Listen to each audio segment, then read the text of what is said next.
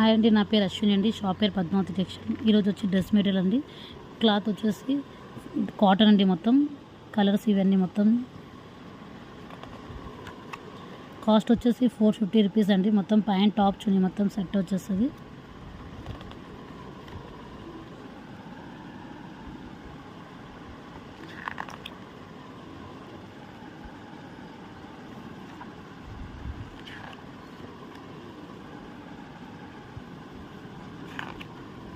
ఇవన్నీ కలర్స్ అండి. మొత్తం